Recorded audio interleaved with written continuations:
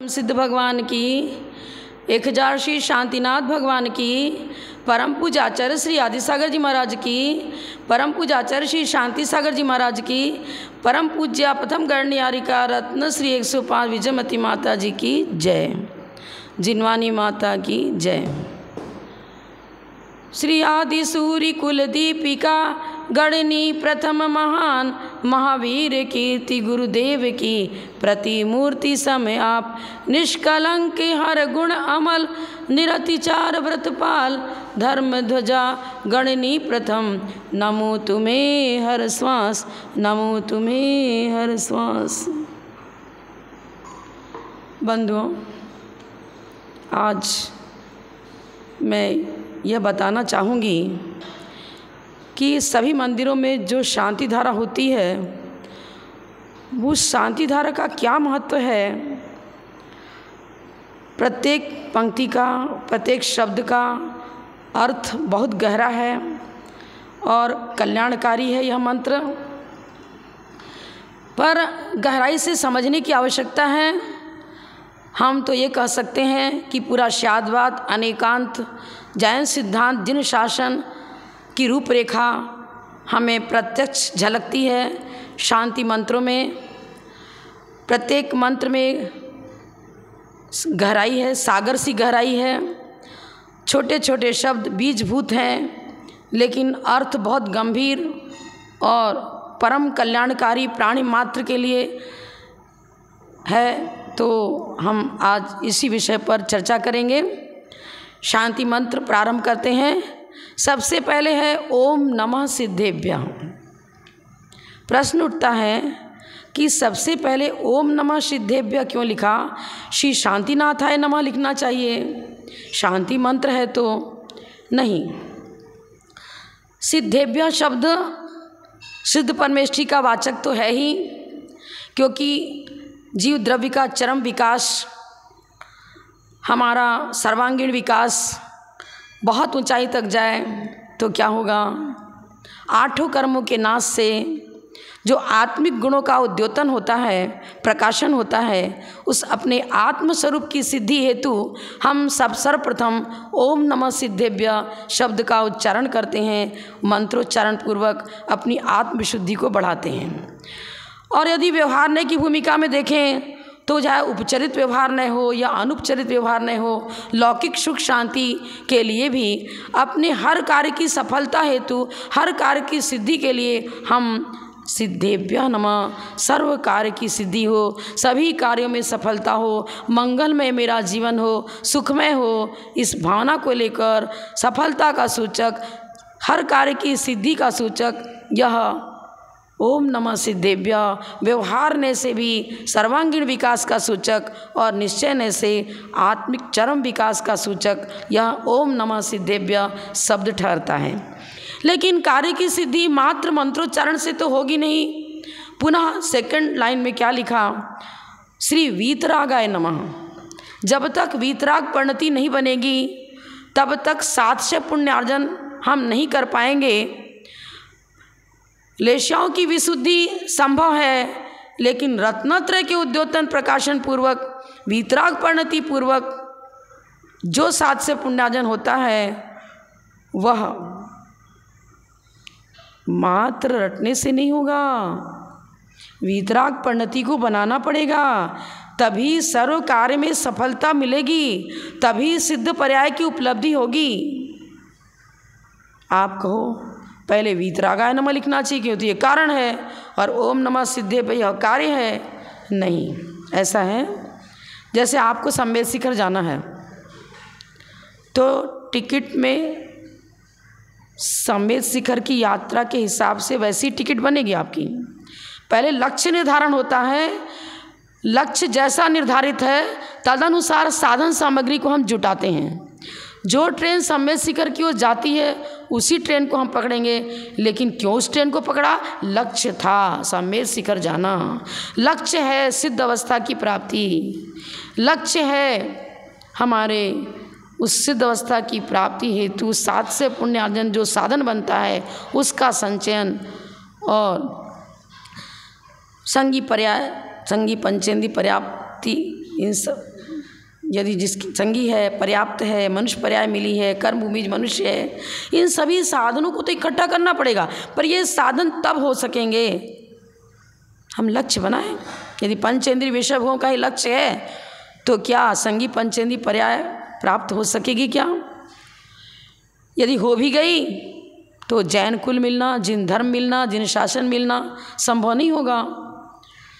तो कार्य कारण भाव, वही व्यक्ति शुद्ध पर्याय की कामना करता है जिसके अंदर ये लक्ष्य बन चुका है कि देखो जैन धर्म ही वह समर्थ साधन है जो हमें सिद्ध अवस्था की प्राप्ति करा सकता है। जैन धर्म बताता है, क्या बताता है? कषायों को जीतो, इंद्रियों को जीतो, वीतराग परिणति को स्वीकार करो। ओम नमः सिद्धेभ्य श्री वीतरागाय नमः। कार्य कारण भाव, कार्य किसी को रोटी बनानी है तो जिससे रोटी बनती, पहले तो लक्ष्य बनाया रोटी बनानी है, फिर तदनुसार साधन सामग्री जुटाएगा। गेहूं का बनाना है तो गेहूं का आटा लाएगा, पानी लाएगा, जो भी सामग्री है, चूल्हा, चक्की, चकला, बेलन सब इकट्ठा करेगा।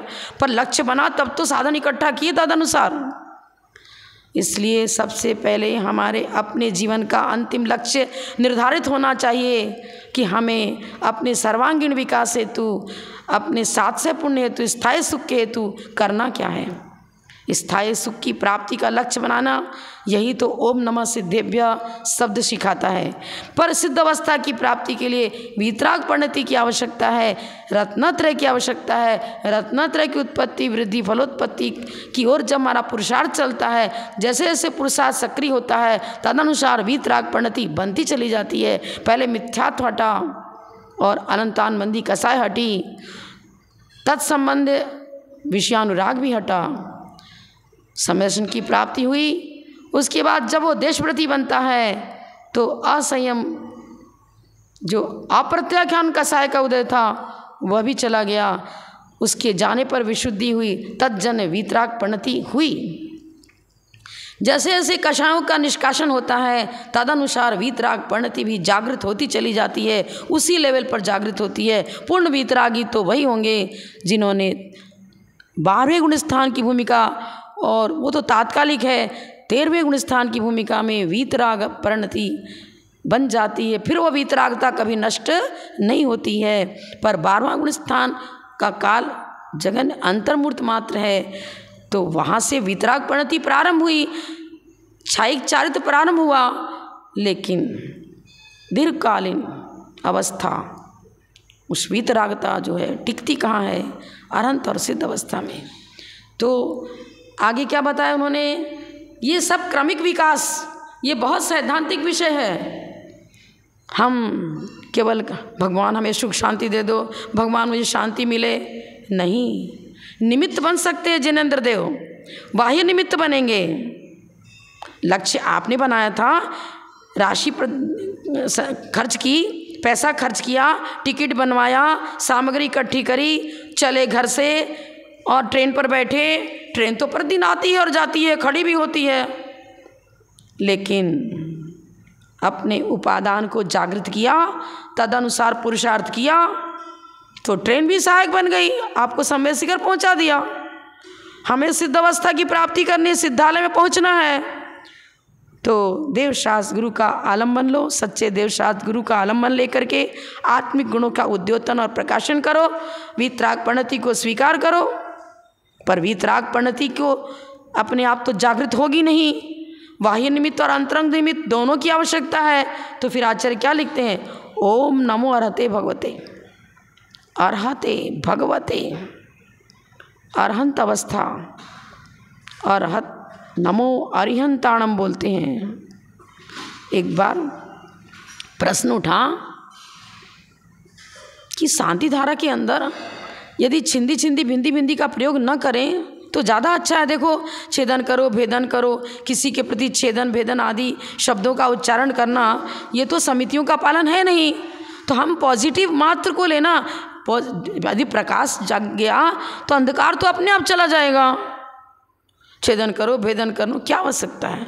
तो मैंने तुरंत पूछा उन माता जी से जिन्होंने चर्चा करी थी कि भाई आप ये बताओ कि सबसे पहले नमोकार मंत्र के अंदर नमो अरिहंताणम शब्द का प्रयोग क्यों किया। अरे शत्रु, सज्जन को तो कोई शत्रु नजर आता ही नहीं है, वो तो वसुधैव कुटुंबकम, सारी वसुधा मित्रवत उसके लिए है। नमो अरिहंताणम, अरि और फिर हन धातु, हनन समूल उच्छेद, आत्यंतिक उच्छेद, घातिया कर्म का नाश। अरे किसी का नाश, किसी का उच्छेद, किसी का छेदन भेदन, और अरि शब्द का प्रयोग करना, शत्रु का घात करो। No negative without positive, no positive without negative, सहवर्ती हैं, सहवर्ती। सिद्ध अवस्था में 4 अनुजीवी गुण हैं और 4 प्रतिजीवी गुण हैं। अनुजीव प्रतिजीवी दोनों ही गुण आत्मिक शक्तियों का द्योतन कराने वाले हैं, आत्मिक शक्तियों का उद्घाटन करते हैं। अस्थि के बिना नास्ति का संभव नहीं, नास्ति के बिना अस्थि संभव नहीं। मैं मनुष्य हूँ आपने कहा, लेकिन इस पॉजिटिव वाक्य से यह भी सिद्ध होता है कि हम त्रियंच नहीं हैं, नारकी नहीं हैं, देव नहीं हैं। तो अस्थि और नास्ति ये दोनों ही प्रत्येक द्रव्य की वस्तु स्वरूप की व्याख्या में घटित होते हैं, और जब तक बाधक सामग्री नहीं हटेगी तब तक आत्मिक गुणों का उद्योतन नहीं हो सकता। कोई व्यक्ति खान में से सोना उपलब्ध कर लेता है, लेकिन खान में से जब उसको सोना मिला, स्वर्ण की प्राप्ति हुई, तो किट्ट कालिमा सहित थी। यहाँ यह भी सिद्धांत प्रस्तुत किया जा रहा है कि अनादिकाल से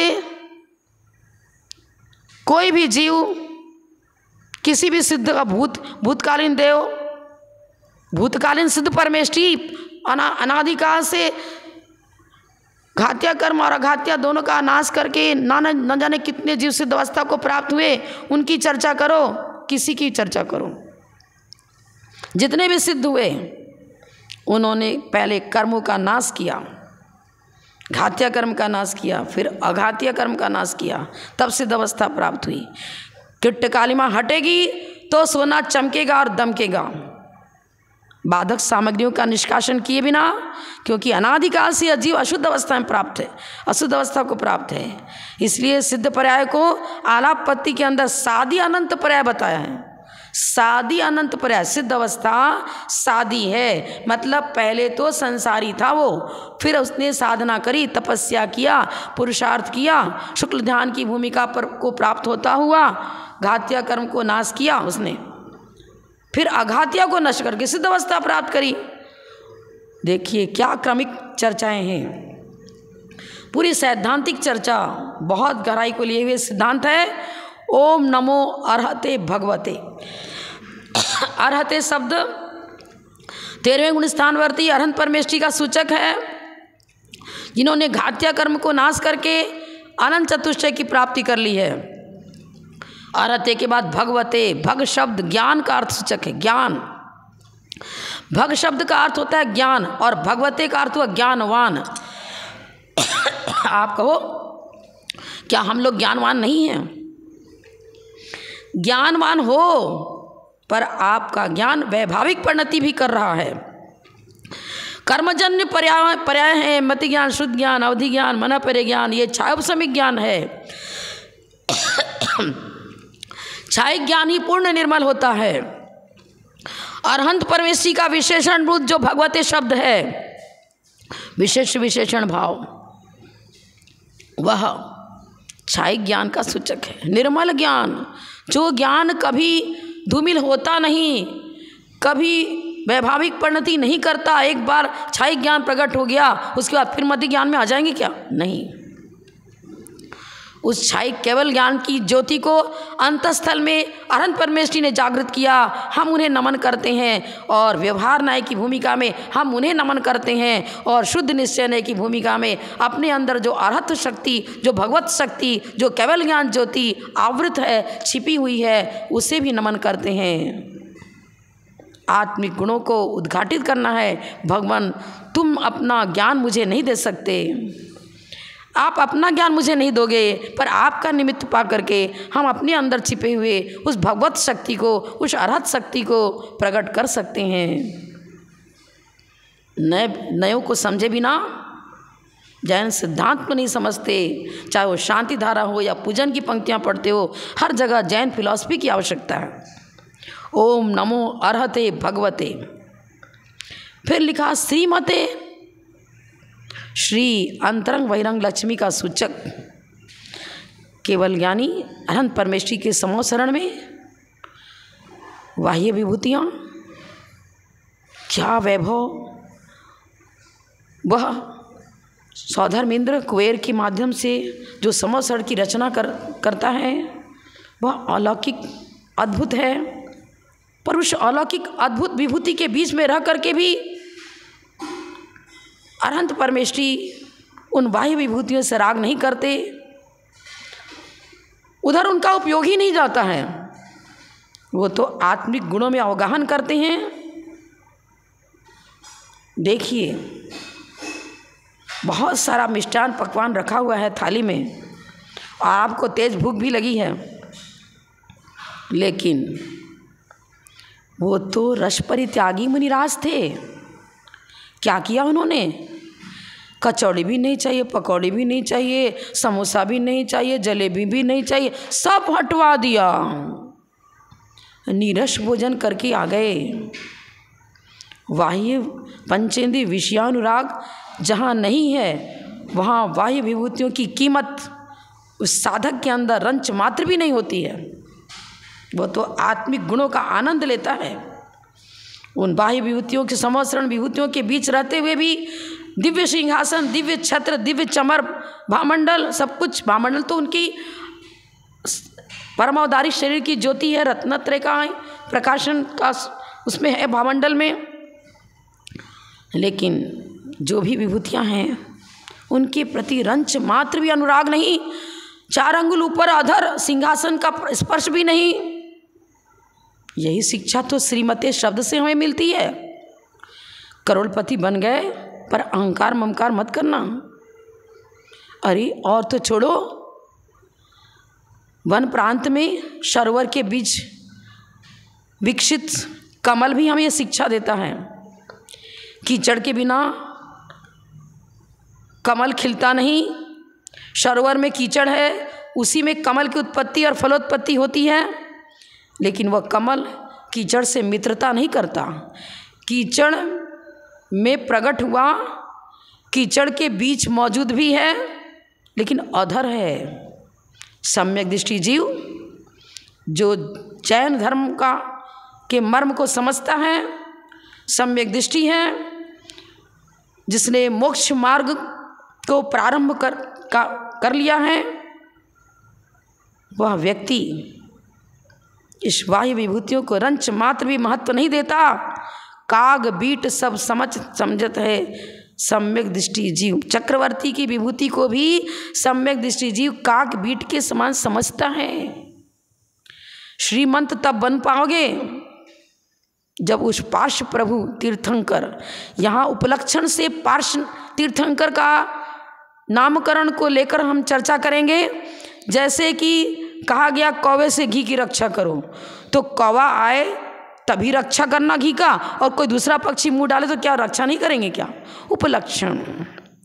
उपलक्षण से स्वजाति के जो जैसा प्रकरण है उसके अनुसार समस्त बाधक सामग्रियों के निष्कासन की चर्चा आती है और साधक सामग्रियों के ग्रहण की चर्चा आती है, रक्षण की चर्चा आती है।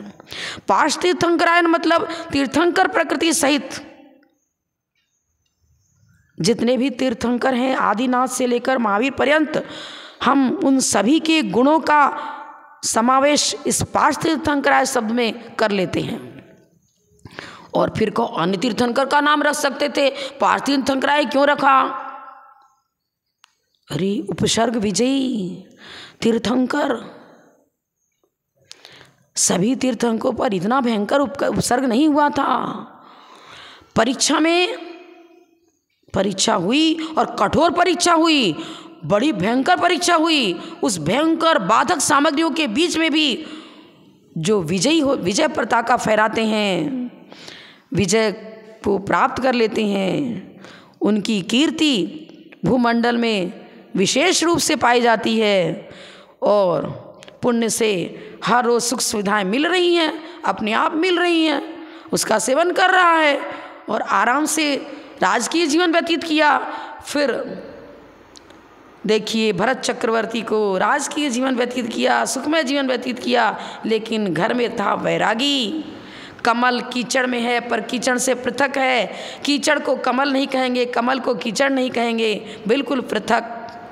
हमें भी इन बाह्य विभूतियों के अंदर सोना चांदी हीरा मोती माणिक सब घर में भरा है, लेकिन सम्यक दृष्टि जीव उसको समझता है ये तो बहुत तुच्छ है, उपयोग करता है पर महत्व नहीं देता।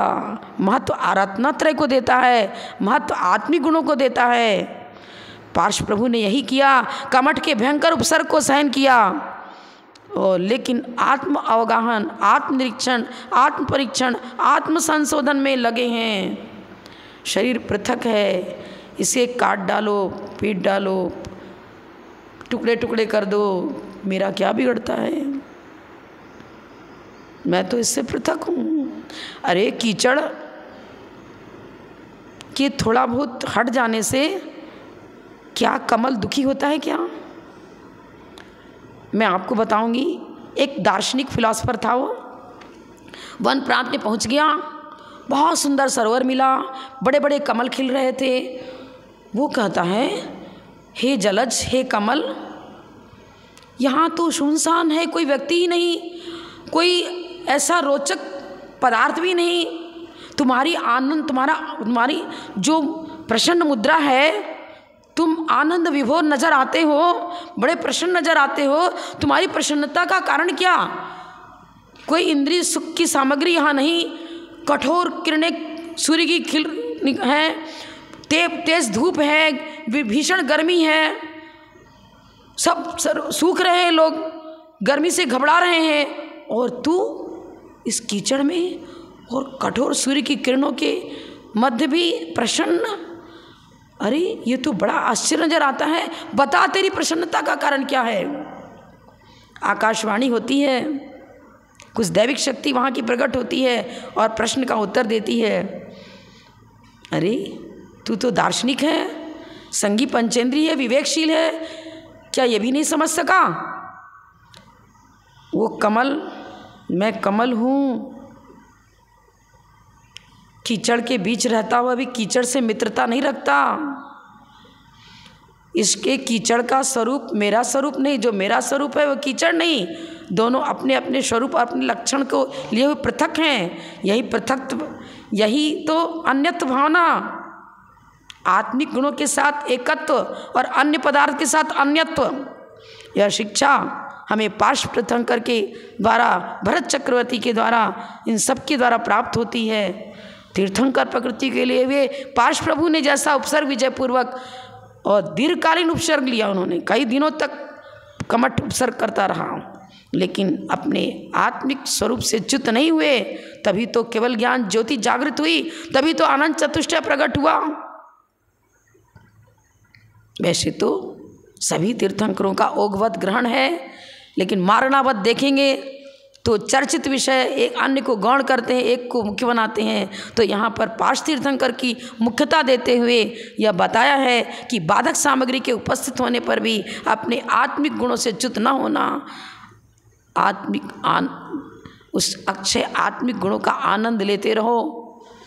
वो आनंद क्या करेगा? आपको उपसर्ग विजयी बना देगा और बाधक सामग्री हट जाएगी। यदि बाधक सामग्री पर ही दृष्टि डालते रहे, अरे ये मेरा दुश्मन आ गया, ये दुश्मन आ गया, ये मेरा बैरी आ गया, ये मेरा पड़ोसी बड़े खतरनाक है, उधर ही उधर देखते रहे, तो परिणामों में आर्द्रोद्धान की भूमिका आ जाएगी। स्थिति और अनुभाग बंद पाप का तीव्रतम होता चला जाएगा। कभी भी सुखी नहीं बन सकते। स्वयं को सुखी बनाना है तो ये सोचो इसका पुण्य है तो लक्ष्मी इसके पास जा रही है, मैं भी अपने पुण्य को जागृत करूँगा। संतोष समता भाव रखो, सुख शांति समता भाव ही आपके पुण्य को वर्धित करेगी। और जब स्थिति खंडन अनुभाग खंडन पाप का हो जाएगा तो संभव है कि इसी भाव में वो दरिद्री भी करोड़पति बन जावे। और करोड़पति रहा लेकिन विषयानुराग विशेष रहा तो वह करोड़पति भी इस भाव में भी संभव है कि खाकपति बन जावे। श्रीमते पार्षतीर्थंकराय नमः। पारसमणि लोहे को सोना बना देती है, पर एक हाथ में पारसमणि है, दूसरे हाथ में लोहा है।